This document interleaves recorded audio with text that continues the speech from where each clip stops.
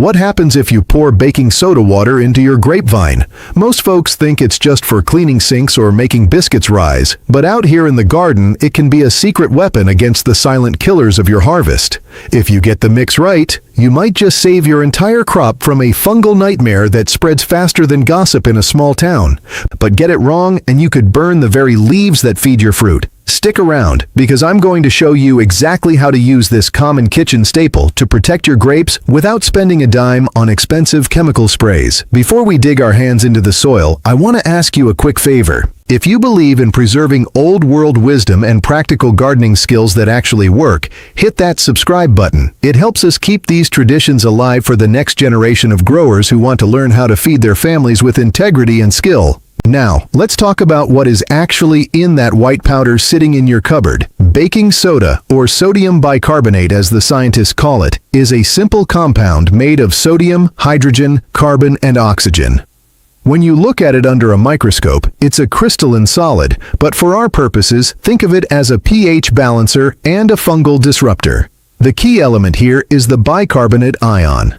In nature, plants and fungi exist in a delicate chemical balance. Fungi, like the powdery mildew that loves to coat your grape leaves in a white dust, thrive in specific acidic conditions. They send out tiny threads called hyphae that penetrate the plant tissue to steal nutrients. When you dissolve baking soda in water, it releases these bicarbonate ions. Chemically, this raises the pH level on the surface of the leaf. It creates an alkaline environment that is hostile to fungal spores. Think of it like changing the weather in a microclimate. The fungus expects a warm, slightly acidic welcome mat, but instead it hits a wall of alkalinity that disrupts its cell membrane integrity. It doesn't necessarily kill the fungus instantly like a poison, but it stops it from growing and spreading. It essentially dries out the spore and prevents it from germinating further. But there is more to it than just pH. The sodium component plays a role too, though we have to be careful with it. Sodium is not a primary nutrient for most plants, including grapes. In fact, too much sodium can be toxic. However, in the tiny diluted amounts we will be using, it acts as a mild desiccant. It helps to pull moisture away from the surface of the fungal spore. Since fungi need moisture to survive and reproduce, this drying effect is crucial. It's a 1-2 punch. The bicarbonate changes the chemical environment to stop growth, and the sodium helps dry out the existing infection. It is important to understand that baking soda is not a fertilizer. It does not provide nitrogen, phosphorus, or potassium. It does not make the plant grow bigger leaves or sweeter fruit directly. Its job is purely protective. It is a shield, not a meal. Many people confuse it with plant food, but if you rely on it for nutrition, your vines will starve. We are using it strictly as a fungicide and a preventative measure. It works best when the problem is just starting, or when you are trying to prevent an outbreak before it begins. Once a fungus has deeply entrenched itself inside the plant tissue, baking soda might not be enough to cure it, but it can stop it from jumping to the next leaf. The beauty of this compound is its simplicity. It is non-toxic to humans and pets when used correctly. You aren't spraying harsh chemicals that linger in the soil for years or wash into the groundwater. It breaks down relatively quickly. The sodium can accumulate in the soil over time if you are not careful, which is why we must use it sparingly and always wash it off or let the rain do the work. But for the immediate health of the foliage, it is a gentle yet effective tool. It respects the biology of the plant while disrupting the biology of the pest. This is the kind of plain knowledge that our ancestors used before big agriculture sold us bottles of blue liquid with warning labels. They understood that sometimes the simplest solutions are the most powerful if you understand the science behind them. Now, let's look at what your grapevine actually needs to thrive so you can see where baking soda fits into the big picture. Grapevines are heavy feeders, but they are also very particular about their health. To produce those clusters of sweet, juicy fruit, the vine needs a robust structure of leaves to capture sunlight. Photosynthesis is the engine of the vine. Without healthy green leaves, you get no sugar, and without sugar, you get sour, small grapes. The primary nutrients grapes crave are nitrogen for leafy growth, potassium for fruit quality and disease resistance, and phosphorus for root development. However, there is a hidden enemy that steals these resources: disease. Powdery mildew, downy mildew, and black rot are the three horsemen of the grape apocalypse. These diseases don't just look ugly, they physically block the stomata, the tiny pores on the leaves that allow the plant to breathe and exchange gases. When these pores are clogged with fungal growth, the plant cannot photosynthesize efficiently. It becomes stressed. A stressed plant is a weak plant. It stops sending energy to the fruit and starts fighting for survival. This is where the connection between the baking soda and the plant's needs becomes clear. By keeping the leaves clean and free of fungal coating, you are ensuring that the vine can maximize its energy production. You are protecting the factory floor. If the leaves are covered in white powder, the vine is working at half capacity. By using baking soda water, you are clearing the deck so the vine can focus on what it does best, making grapes. Furthermore, healthy leaves transpire properly. Transpiration pulls water and nutrients up from the roots. If the leaf surface is compromised by disease, this uptake slows down. So, indirectly, by preventing fungal issues, you are helping the vine access the nitrogen and potassium it already has in the soil. Grapes also need good air circulation. Dense foliage traps humidity, which fungi love. While baking soda doesn't change the airflow, it mitigates the risk associated with humid conditions. In Lancaster County, our summers can get sticky and humid. That is prime time for mildew. The vine needs calcium too, for strong cell walls. Baking soda doesn't provide calcium, but it prevents the decay that weakens cell walls. It's about maintenance. Think of your grapevine like a classic car. You need fuel, fertilizer, but you also need regular oil changes and rust prevention, baking soda. If you ignore the rust, the engine doesn't matter because the car falls apart. Another critical need for grapes is consistent moisture management. They hate wet feet, but they also hate having wet leaves for extended periods. Fungal spores land on wet leaves and germinate. Baking soda water, when applied correctly, dries relatively quickly and leaves a residue that discourages new spores from taking hold. It supports the plant's natural defense mechanisms. Plants have their own immune systems, but they can be overwhelmed. Baking soda gives them a boost. It reduces the biological load on the plant, allowing it to direct more energy toward fruit ripening rather than fighting off invaders. So, when we pour this mixture, we are not feeding the plant. We are guarding its ability to feed itself.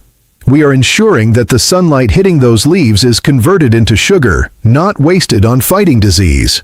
We are protecting the investment of time and care you have put into pruning, training, and watering your vines. It is a strategic move.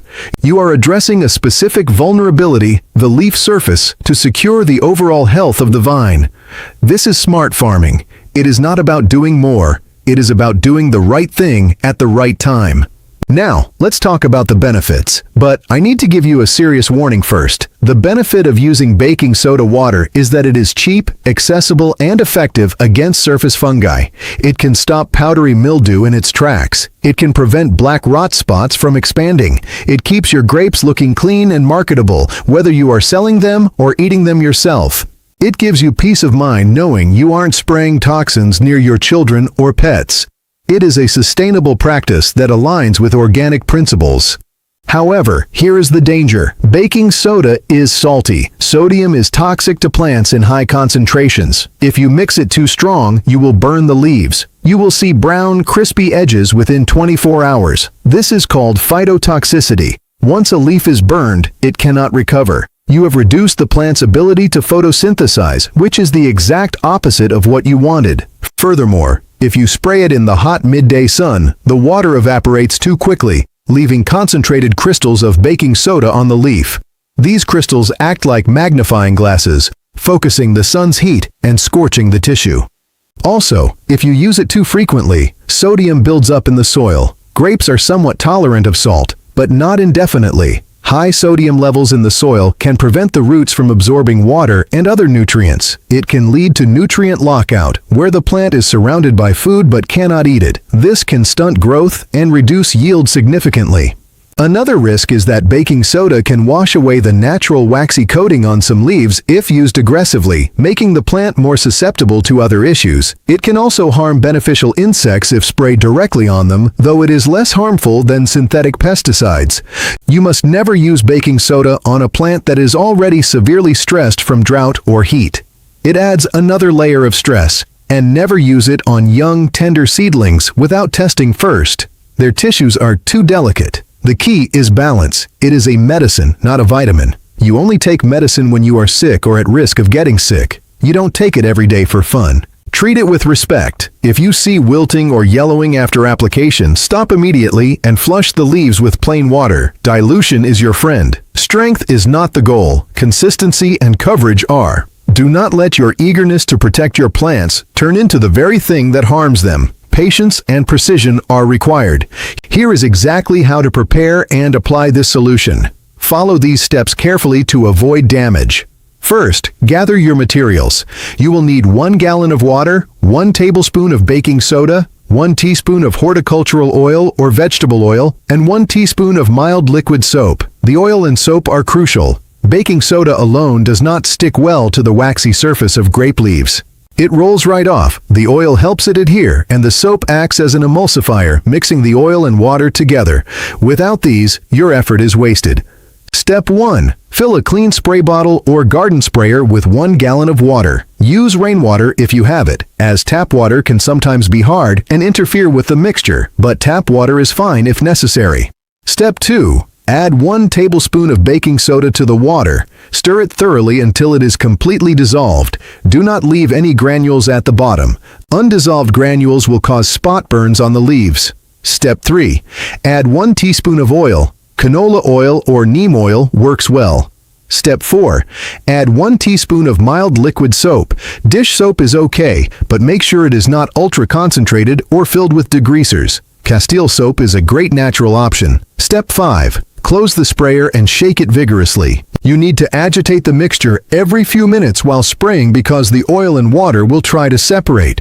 Step 6. Test the mixture on a single leaf first. Wait 24 hours. If the leaf looks fine, proceed. If it shows signs of burning, dilute the mixture further with more water. Step 7. Spray the vines early in the morning or late in the evening. Never spray in direct sunlight. Cover both the top and bottom of the leaves. Fungi often hide underneath. Ensure good coverage, but do not soak the plant to the point of dripping excessively. A fine mist is better than a heavy drench. Step 8. Focus on the new growth and the areas where air circulation is poor. These are the hot spots for disease. Step 9. Clean your sprayer immediately after use to prevent clogging and corrosion.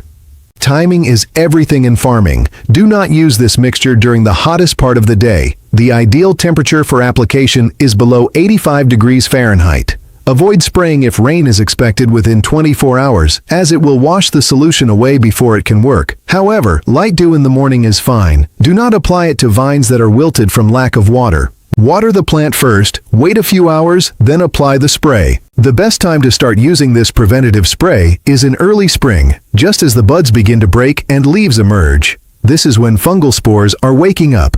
Continue applying it every 7 to 10 days during the growing season. If you have active disease pressure, you might need to apply it every 5 to 7 days, but watch closely for leaf burn. Stop applying the spray 2 weeks before harvest. You want the grapes to be clean, but you don't want any residual taste or texture issues on the fruit skin. Also, stop if the weather turns consistently cool and dry, as fungal pressure decreases naturally in those conditions. Do not use it during flowering if you can avoid it, as it might interfere with pollination. Although grapes are mostly self-pollinating or wind-pollinated, it is better to be safe.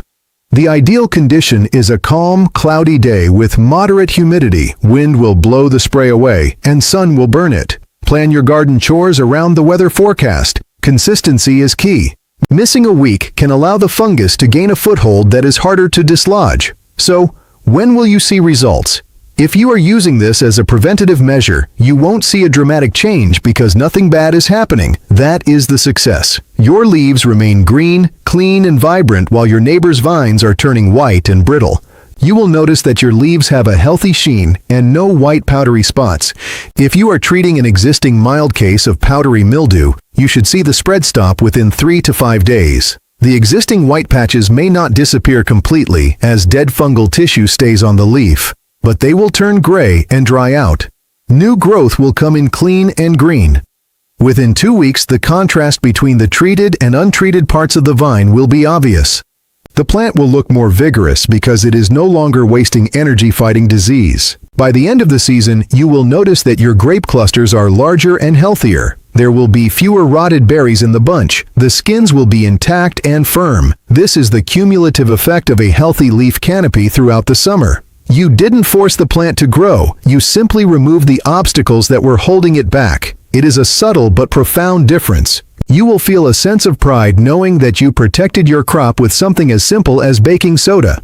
It is proof that you don't need a laboratory to be a successful farmer. You just need observation, patience, and a little bit of chemistry.